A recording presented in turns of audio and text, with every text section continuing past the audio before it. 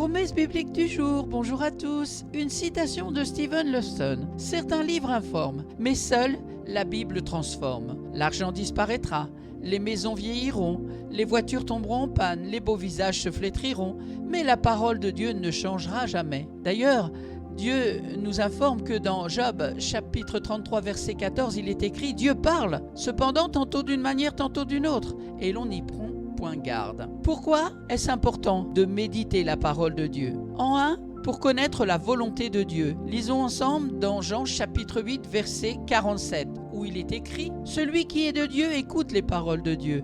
Vous n'écoutez pas parce que vous n'êtes pas de Dieu. » En numéro 2, pour garder son cœur. Hébreux chapitre 4, verset 12. « Car la parole de Dieu est vivante et efficace, plus tranchante qu'une épée quelconque à double tranchant, pénétrante jusqu'à partager âme et esprit, jointure et moelle. Elle juge les sentiments et les pensées du cœur. » En numéro 3, pour nourrir son âme. Matthieu chapitre 4, verset 4. Jésus répondit « Il est écrit, l'homme ne vivra pas de pain seulement, mais de toute parole qui sort de la bouche de Dieu. » En numéro 4, pour marcher sur la bonne voie. Psaume 119, verset 105. Ta parole est une lampe à mes pieds et une lumière sur mon sentier. En numéro 5, pour réussir dans la vie. Josué chapitre 1, verset 8, il est écrit que ce livre de la loi ne s'éloigne pas de toi. Médite-le jour et nuit pour agir avec fidélité, conformément à tout ce qui est écrit. Car c'est alors que tu auras du succès dans tes entreprises. C'est alors que tu réussiras. Et en 6, pour obtenir des résultats divins. Ésaïe chapitre 55, verset 10.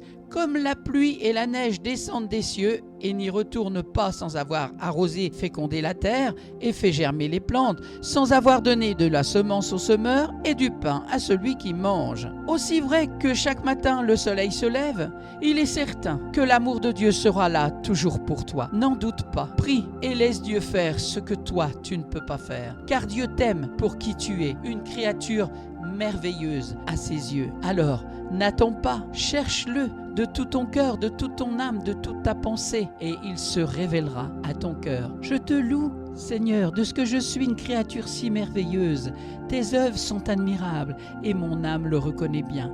Psaume 139, verset 14. Merci à vous d'avoir pris du temps pour écouter Promesse biblique du jour, qui avait pour titre aujourd'hui « Pourquoi est-il important de méditer la Bible ?»